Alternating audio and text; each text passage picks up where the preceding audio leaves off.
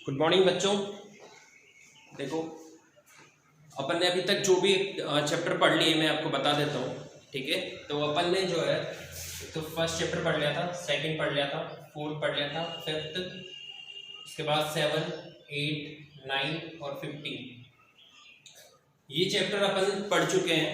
और ये चैप्टर जो है मैं आपको पहले जब पढ़ाया था तब आपको बताया था कि ये जो चैप्टर है आपको मिनिमम 40 मार्क्स तो देंगे देंगे। ठीक है, मतलब इन चैप्टर्स को करने के बाद आप 40 मार्क्स ला सकते हो आउट ऑफ 80। ठीक है, और जिस तरीके से अब अपना जो पैटर्न चेंज हो चुका है, मैं आपको एक और अभी जैसे अपनी कंटिन्यूशन थोड़ी सी स्टार्ट हो जाए, कंटिन्यूटी आ जाए क्लासेस के अंदर, तो मैं आपको अब जो अपना पैटर्न चेंज हो चुका है उसके बारे में भी पूरी एक क्लास लूँगा और पूरी उस न्यू पैटर्न के बारे में आपको समझाऊंगा कि अपना जो एग्ज़ाम का जो एग्ज़ाम में जो पेपर होने वाला है, ठीक है, ड्यू टू कोरोना, ठीक है, तो उसकी वजह से अपने पास जो पेपर इस सेशन में होगा वो किस तरीके से आपको पेपर होने वाला है मैं आपको उस पर बेस्ड एक क्लास में समझाऊंगा। ठीक है, तो अपन पहले अपनी थोड़ी सी कंटिन्यूटी बन जाए, क्योंकि आप लोगों को भी काफ़ी टाइम हो गया होगा, है ना। वैसे आप अपने बेस पे पढ़ाई कर रहे हैं, बहुत अच्छी बात है। तो इन चैप्टर्स के अलावा मैं आपको जो नेक्स्ट चैप्टर पढ़ाने जा रहा हूँ वो चैप्टर है चैप्टर नंबर 14। ठीक है, चैप्टर नंबर 14 अपन स्टार्ट करेंगे, क्योंकि ये वाला जो चैप्टर है ये भी इतना मतलब बहुत कठिन नहीं है, मतलब बहुत ज़्यादा हार्ड नहीं है। ठीक है, तो अपन पढ़ेंगे अब आज से चैप्टर नंबर 14। इसके बाद अपन बाकी के जो रिमेनिंग चैप्टर है जो कि थोड़े से हार्ड है, ठीक है, वो चैप्टर अपन पढ़ेंगे। तो चैप्टर नंबर 14 इसमें से मैं आपको बता दूं कि अपन को ये पूरा का पूरा चैप्टर अपन को स्टडी करना है। इसमें से जो पोर्शन डिडक्ट हुआ था, सिर्फ एक मेथड था जिससे अपन मीन फाइंड आउट करते हैं, वो मेथड डिडक्ट हुआ था, और एक और है जो मैं आपको जैसे अपना चैप्टर कंटिन्यू होगा तो मैं आपको समझा दूंगा। ओके, तो अपन 14 चैप्टर स्टार्ट करते हैं, स्टैटिस्टिक्स। ये वाला चैप्टर अपन आज स्टार्ट करेंगे, स्टैटिस्टिक्स। ठीक है, तो सबसे पहला तो स्टैटिस्टिक्स में आपको समझाऊं कि 9th क्लास में आप लोगों ने थोड़ा बहुत ये वाला चैप्टर पढ़ा है, जिसके अंदर अपन मीन फाइंड आउट करते हैं, मोड फाइंड आउट करते हैं या मीडियन फाइंड आउट करते हैं। आपने छोटी क्लासेस में जैसे 7th क्लास में भी है ये चैप्टर, मीन और मोड, या आपने कम से कम एवरेज का नाम सुना होगा, किसी भी डेटा का अपन एवरेज कैसे फाइंड आउट करते हैं। ठीक है बच्चों, तो यहाँ पे सबसे पहले जो अपन स्टार्ट कर रहे हैं वो अपना टॉपिक है मीन ऑफ डेटा। क्या है? मीन ऑफ डेटा, मतलब किसी भी डेटा का आप मीन कैसे फाइंड आउट करोगे। ठीक है, सबसे पहला टॉपिक है अपने पास मीन ऑफ डेटा। तो मैं आपको थोड़ा सा समझाऊंगा। जैसे मान के चलो इस तरीके से लिखा हुआ है आपको, ये कोई भी 6 नंबर लिखे हुए हैं, इन नंबर्स को अपन को क्या है, मीन फाइंड आउट करना है। तो अपन कैसे इन नंबर्स का मीन फाइंड आउट करेंगे? तो देखो, जो सिंपल सा प्रोसेस है, ठीक है, क्या करते हैं, इन सबको ऐड कर देते हैं। आपने पहले छोटी क्लासेस के अंदर पढ़ा होगा कि इनको क्या करोगे, आप ऐड कर दोगे। ठीक है, अब जितने भी नंबर्स हैं जैसे 1 2 3 4 5 6, और इसको क्या करोगे आप 6 से डिवाइड कर दोगे। ठीक है, तो इस तरीके से अपन छोटी क्लासेस के अंदर क्या करते थे, मीन फाइंड आउट करते थे। ठीक है, जो भी इनका सम आएगा, देखो ये 5 हो गया, ये 10 हो गया, ठीक है, मतलब 10 20 29 44 अपॉन 6 मतलब 22/3।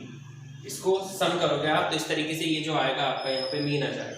ठीक है, सम करने पे ये आएगा, देखो 10 तो ये हो गया, 10 ये हो गया, 20 29 नहीं कम हो गया,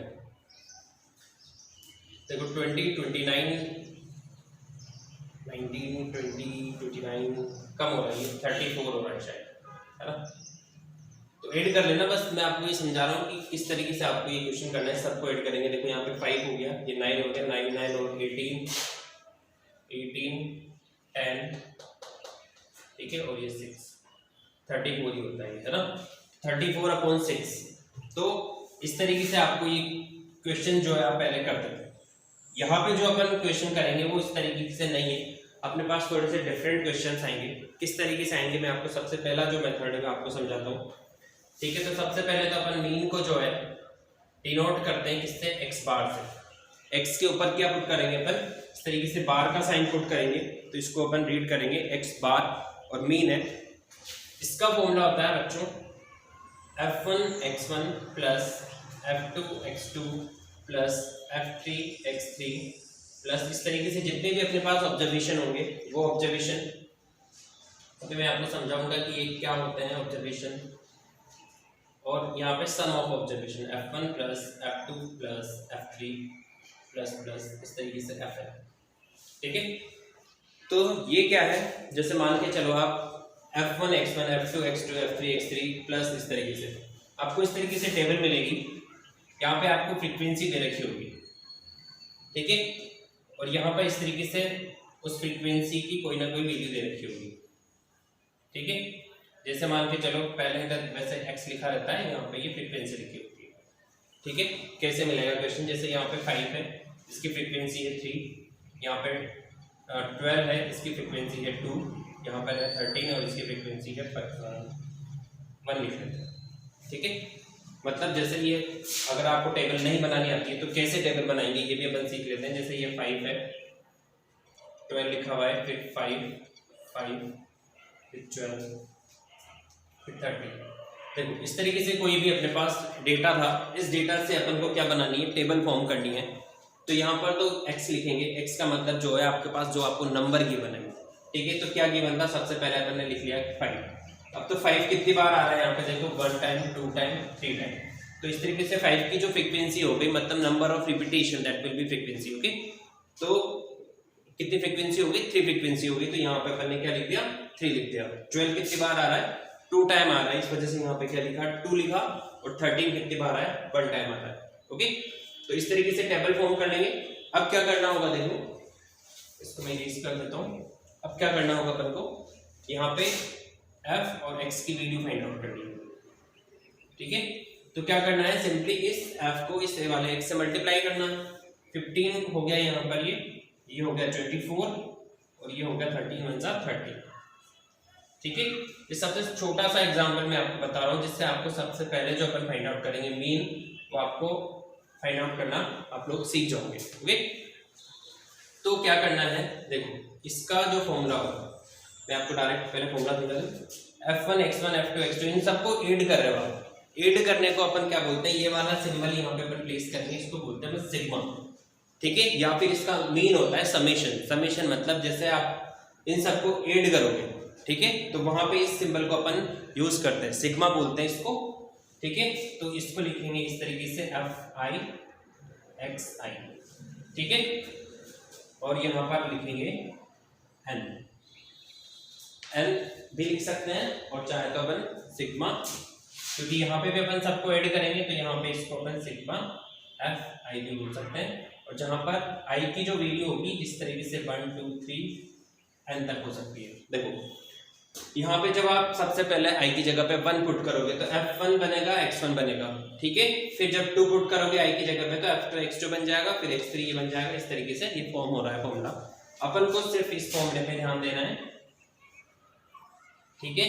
सबसे पहला जो डायरेक्ट मेथड है fi xi, ठीक है, उनको ऐड करेंगे और उसको डिवाइड कर देंगे इससे। देखो यहाँ पे ये 15 है, ये पहली वाली वैल्यू है, ये दूसरी वाली वैल्यू, इन सबको अपन को ऐड करना है। देखो कितना हो रहा है, ये 5 और 4 9 12 2 1 कैरी हो गया, तो 2 4 और ये 5, ये कितना आ गया यहाँ पे 52। मतलब इसकी वैल्यू कितनी आ गई अपने पास, इसकी वैल्यू आ गई अपने पास 52, ओके। और सिग्मा f का मतलब क्या करना है आपको, इस f की वैल्यू को ऐड करना है। तो 3 2 और ये 6, ये भी कितना हो गया 6, सॉरी। तो यहाँ पर क्या करोगे आप, इसको 6 से डिवाइड करो। अब ये पूरी बार डिवाइड हो रहा है तो ठीक है, नहीं वाला तो कोई बात नहीं, ये होगा 26/3। तो यहाँ पे अपन इसको छोड़ सकते हैं, और चाहे तो अपन इसको डेसिमल में भी लेके आ सकते हैं। तो ये मीन फाइंड आउट करना अपन को डायरेक्ट फॉर्मूला, इसको डायरेक्ट मेथड बोलते हैं, मीन फाइंड आउट करने का डायरेक्ट मेथड। देखो इसके और भी मेथड होते हैं, क्योंकि अभी जो अपना डिडक्ट हुआ है, स्टेप डिवीजन मेथड डिडक्ट हुआ है, तो इसका एक और मेथड होता है अज्यूमिंग मेथड, वो भी अपन पढ़ेंगे। पर सबसे जो इजी फॉर्मूला है, मतलब सबसे जो इजी मेथड है वो है डायरेक्ट मेथड। इस तरीके से आपको क्या करना है, इस क्वेश्चन को सॉल्व करना है, ओके बच्चों।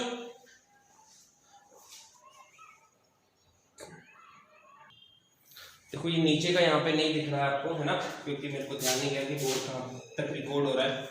ये मैं आपको इधर समझा देता हूँ, ठीक है, मैं यहाँ पे ऊपर समझा देता हूँ आपको। देखो क्या करना है, इसको इन तीनों को ऐड करना है, ठीक है। तो मेरे को जो यहाँ पे लिखना है वो मैं इधर यहाँ पे लिख रहा हूँ, सिग्मा यहाँ पे लिखना है अपन को एफ एक्स, ठीक है। तो ये है 52 और ये है सिग्मा एफ, इसकी वैल्यू आ रही थी 6, ठीक है। इस फॉर्मूले में अपन को वैल्यू रखनी है, ठीक है।